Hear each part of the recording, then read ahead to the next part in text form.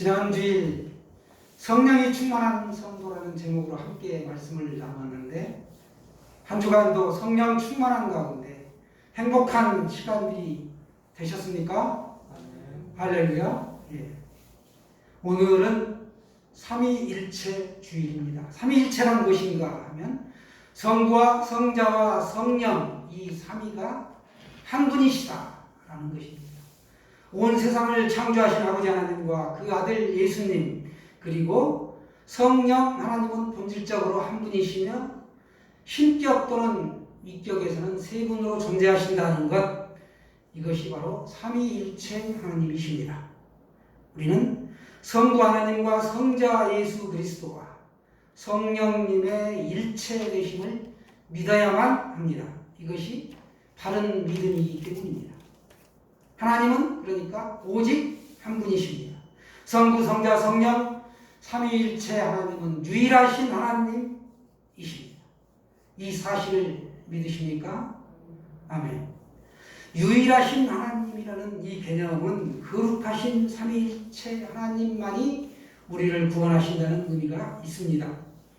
우리는 그분의 피조물이죠. 하나님은 창조주이시므로 피조물인 우리를 구원하실 수 있는 오직 유일하신 하나님이십니다. 근본적으로 구원은 하나님의 은혜이죠. 그렇게 우리는 그 구원의 은혜에 감사하는 것입니다. 조언에서 이런 말하기를 모든 것 중에 가장 좋은 것은 하나님이 우리와 함께 계시는 것이다 라는 고백을 했습니다. 오늘 본문에 앞서 요한복음 14장에 보시면 예수님은 제자들을 따라 아버지의 집으로 가겠노라고 말씀하십니다. 떠난다는 이 말씀에 제자들이 충격을 받죠. 이에 예수님은 제자들에게 위로의 말씀을 주십니다. 어떻게? 너희는 마음에 근심하지 말라. 하나님을 믿으니 또 나를 믿으라. 이렇게 하셨습니다. 이게 1절 말씀입니다. 그리고 2절에서 7절까지 예수님을 통해 너희들은 천국을 소유할 수 있다라고 약속해 주셨습니다. 예수님은 왜 가시는가? 제자들을 위한 거처를 마련하고 다 예비되면 다시 와서 제자들을 데리고 가기 위함입니다. 그러면서 너희들 내가 가는 곳이 어딘지 알지? 라고 제자들에게 물었습니다. 그러자 도마가 이 머리를 긁적이면서 잘 모르겠는데요 합니다. 이 도마는 예수님의 손에 못자국과 옆구리에 창 자국을 직접 보고 만져보지 않고는 내가 예수님의 부활을 믿지 못하겠다라고 했던 사람이죠. 그러자 예수님이 뭐라고 말씀하십니까?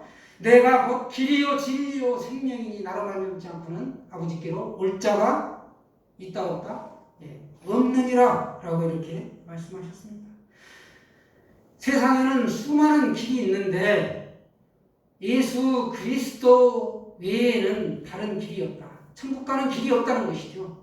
오늘 그것을 말씀하고 있습니다. 이렇게 자신을 계시하셨습니다. 자신과 아버지와의 관계를 말씀하신 것이죠. 이것은 부인할 수 없는 사실이며 명백한 진리입니다. 기독교 구원론의 핵심이자 대전제가 바로 이 예수 그리스도, 길이 없다. 예수 그리스도 외에 이것입니다. 그 누구도 하나님과 화목을 이루지 않고는 구원받을 수 있는 사람이 아무도 없습니다. 예수님께서는 죄로 인해 단절된 하나님과의 이 교제 회복을 위하여 우리와 하나님 사이에 중간에 이 막힌 담을 허셨죠. 성소의 휘장이 찢어졌다. 막힌 담을 허셨고 모든 제약된 것을 자신의 십자가로 소멸하셨습니다. 따라서 누구든지 예수님께로 가기만 하면 하나님과 화평할 수 있고 하나님께 나아갈 수 있습니다. 도마에 이어 빌립이 예수님의 말씀을 이제 또 정확하게 깨닫지 못하고 어리석은 질문을 합니다. 사도 요한이 요한복음의 저자이죠. 두 제자의 우문을 반복하여 기록함으로써 오순절 성령이 임하기 전에는 제자들의 깨달음과 신앙이 너무나도 보잘것없었다라는 사실을 오늘 보여주고 있습니다. 여러분, 제자들은 어떤 사람들입니까? 자신이 가진 모든 것을 버려두고 예수님을 따르며 말씀에 귀를 기울이고 헌신한 사람들입니다. 그런 그들이 아직까지도 예수님을 바르게 알지 못했습니다. 오늘 본문 8절 말씀을 우리가 한번 다 같이 다시 보도록 하겠습니다. 시작.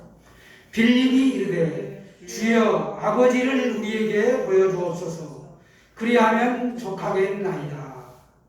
아버지를 우리에게 보여달라는 겁니다. 빌립이. 주여 아버지를 우리에게 보여주옵소서.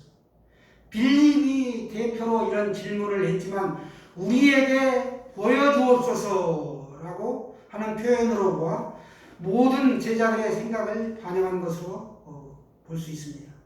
제자들은 그러니까 구약의 모세에게 나타났던 그런 하나님의 모습을 기대한 것이죠.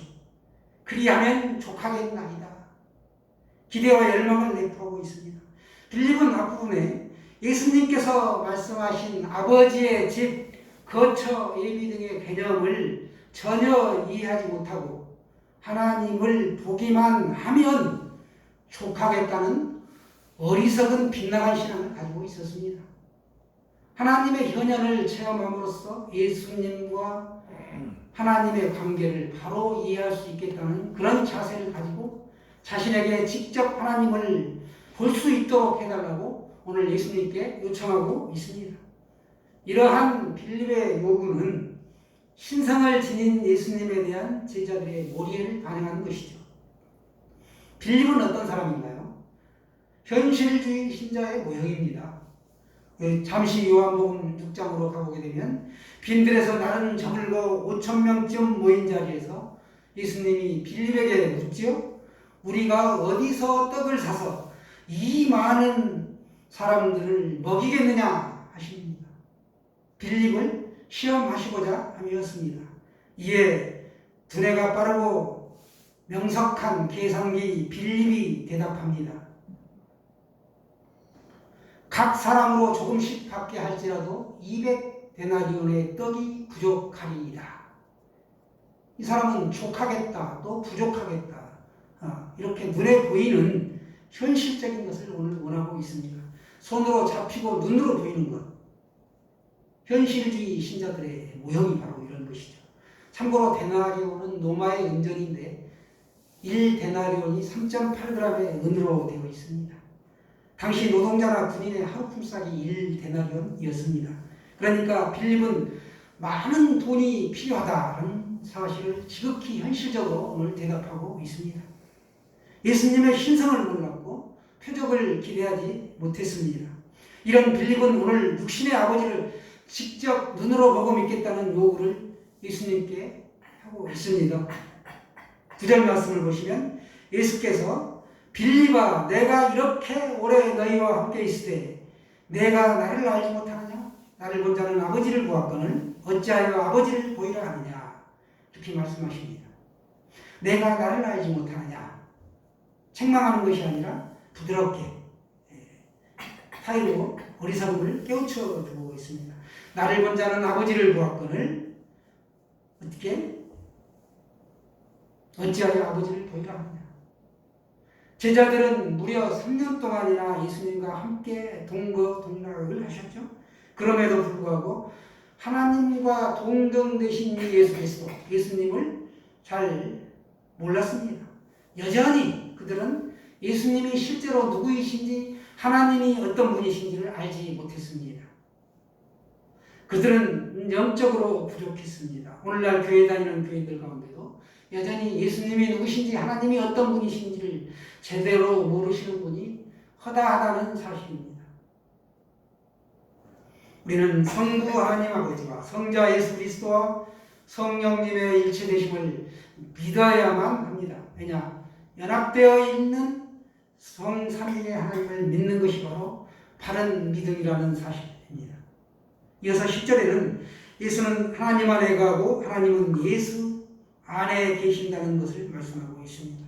성부와 성자의 본질상 연합을 말씀하고 있습니다. 성부와 성자의 동질성을 제자들이 이해했다면 성자가 하는 일을 그도 할 것이요 또한 그보다 큰 일도 하리라 하는 말씀을 그들은 이해할 수 있었을 것입니다. 그보다 큰 일도 한다라는 사실은 천국의 복음이 전파된다는 것을 말씀하고 있습니다. 예수께서 복음을 전파하실 때는 적은 수의 사람들이 복음을 받아들였습니다. 그러나 오순절 이후에는 사도들을 통하여 넓은 지역에 많은 사람들이 복음을 받아들였습니다. 복음의 양적 팽창을 말씀하고 있습니다. 그러니까 이 일의 전제 조건으로 이는 내가 아버지께로 감이라 라고 12절 후반부에 말씀하고 있습니다. 즉 예수님 자신의 승천을 말씀하시고 또 다른 보혜사 성령님의 강림을 암시한 것입니다. 지난주에 우리가 성령 강림 주일로 지켰죠. 일명 오순절이라고 하고 교회가 시작되는 시기로 우리가 시작으로 보고 있습니다. 예수님은 이제 자신이 제자들의 곁을 떠난 후 제자들에게 자신을 만날 수 있는 방법을 가르쳐 주고 있습니다. 제자들이 예수님을 만날 수 있는 방법은 기도로서만이 가능하다는 것입니다. 그리고 그들이 기도하면 요청한 모든 것이 다 이루어짐을 말씀하셨습니다. 왜냐하면 예수님이 떠난 자리를 성령님이 오셔서 제자들 안에 예수님이 거하시기 때문에 그렇습니다. 성령님은 예수님과 전혀 상관없이 역사하시는 것이 아니라 예수님의 이름으로 역사하십니다. 예수님의 이름은 그 자체가 하나님의 존재를 드러냅니다. 여러분, 예수님은 하나님이십니다.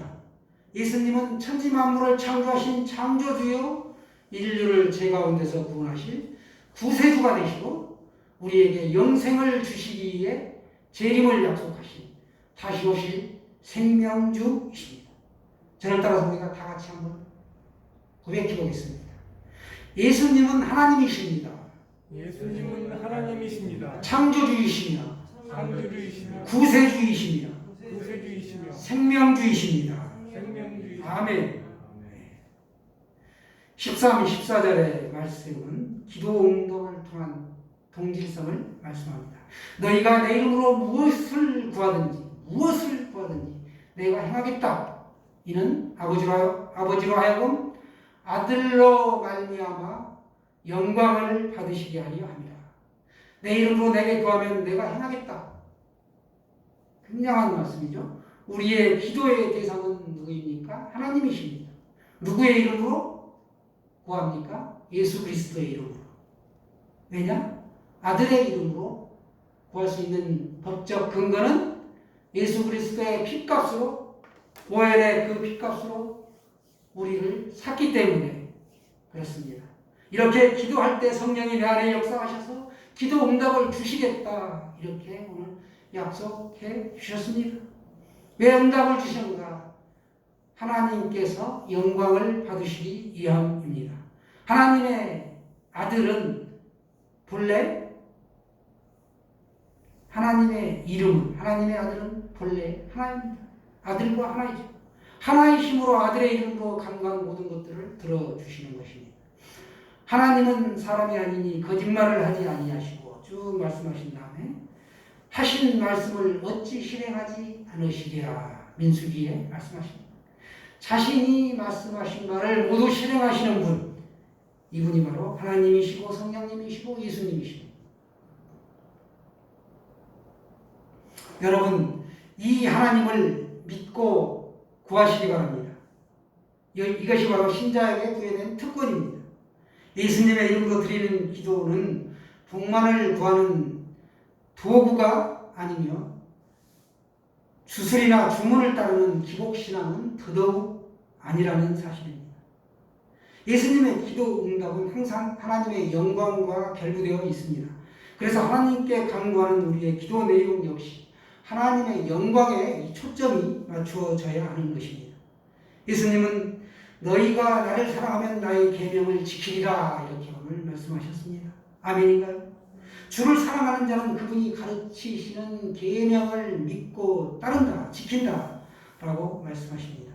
하나님께서는 우리 인간을 사랑하셔서 독생자를 주셨고 그 아들이 십자가에 돌아가심으로써 인류에 대한 자기의 사랑을 확증하셨습니다.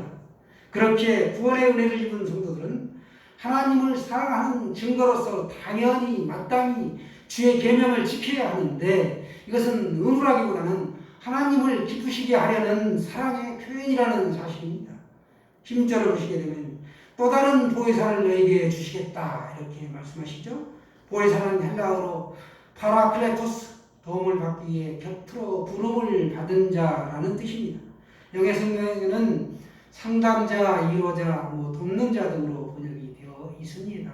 카운셀러라든가 헬퍼, 컴포터 이런 식으로 되어 있는데 보혜사 성령님은 곁에서 우리를 돕기 위해 부름받은 자라는 사실입니다. 제가 이 볼펜으로 성경 필사를 하다가 이 볼펜이 다 떨어져서 다시 써야 될 때는 또 다른 볼펜을 가지고 와서 쓰게 되는 것처럼 보혜사 성령님은 예수님도 보혜사이신데 또 다른 볼펜이 필요한 것처럼 또 다른 보혜사를 보내주셨는데 그분이 바로 보혜사 성령님이시다라는 사실입니다. 보혜사는 어떤 역할을 하는가 이를테면 우리가 이런 것들을 종종 볼 수 있죠. 뭔가 잘못을 해서 엄마로부터 야단을 맞고 있는 아이에게 마침 퇴근한 아빠가 그 아내에게 이제 그만 배웠어 하면 그 아이가 체벌에서 해방되지요. 바로 이 아이를 도와준 아빠가 보혜사다라는 사실입니다. 보혜사 성령님은 일시적으로 왔다가 언짢으면 떠나버리고 마는 우리 인간과 같은 분이 아닙니다. 그래서 오늘 성경은 18절에 내가 너희를 고와 같이 버려두지 아니하고 너희에게로 오리라. 즉 함께 하시겠다는 약속입니다. 유대에서 랍비들은 제자들에게 아버지와 같은 존재였습니다. 그래서 제자들은 스승이 죽었을 때 그들은 사람들에게 고아라고 불렸습니다. 유대 사회에서는 과부와 함께 가장 불쌍한 부류의 사람들로 보호자를 상실한 사람을 고아라고 했습니다.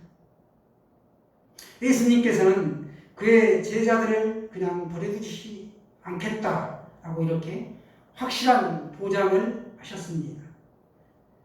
그는 우리 몸을 성전 삼으시고 영원히 우리 안에 계시는 내재하신다라고 하죠. 성령 충만으로 임재할 때도 있지만 내 안에 계시는 내재하시는 분이시다. 그런데 영원히 우리 안에 계시겠다라고 말씀하십니다. 여러분, 성령님은 꿀처럼 달다는 사실을 꼭 우리가 기억할 필요가 있습니다. 이 달다는 사실을 우리가 어떻게 알 수 있을까요? 먹어본 사람은 우리가 압니다. 오죽하면 꿀 먹은 덩어리다 라는 말이 있을까요?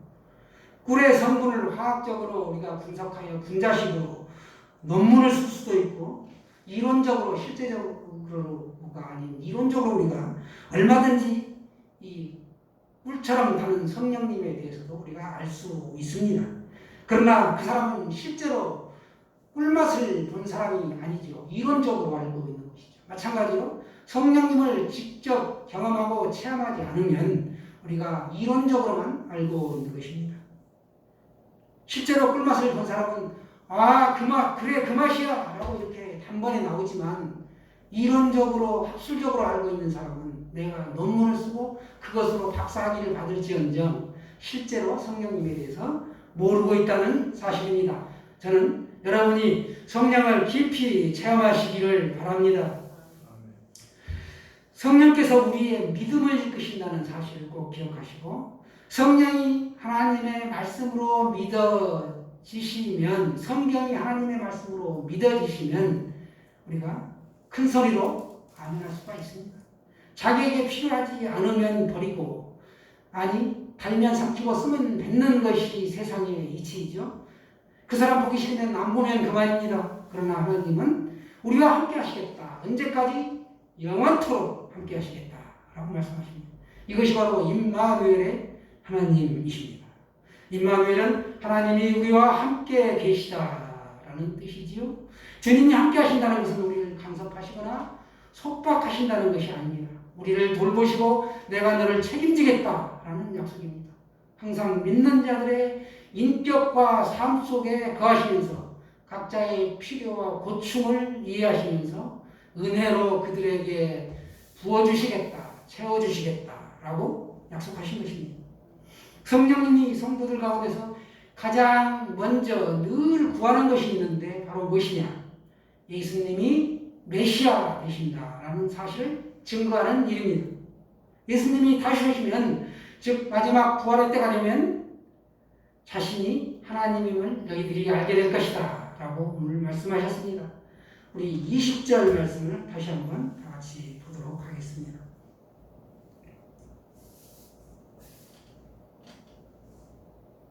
시작. 그날에는 내가 아버지 안에, 너희가 내 안에, 내가 너희 안에 있는 것을 너희가 알리라. 아멘. 삼일체 하나님을 말씀하고 있죠. 내가 너희 안에, 너희가 내 안에. 그리스도 안에, 우리가, 그리스도가 우리 안에. 이 바로 성삼위 거룩하신 성령 하나님, 성삼위 하나님이 우리 안에 내주하신다는 사실을 말씀하고 있습니다. 일체되어서 연합되어 있는 것이죠. 물이 빛의 고체 액체로 지금 수증기가 되었다가 얼음이 되었다가 물이 되었다가, 이게 물이라는 성분은 변함이 없습니다. 본질은 달라진 것이 없죠. 볼펜이 본질상 달라진 것이 없는 것처럼 영화의 디퍼런트하고는 다르죠. 칼과 망치를 주는 것이 아니라 이 볼펜을, 또 다른 볼펜을 준다는 사실입니다.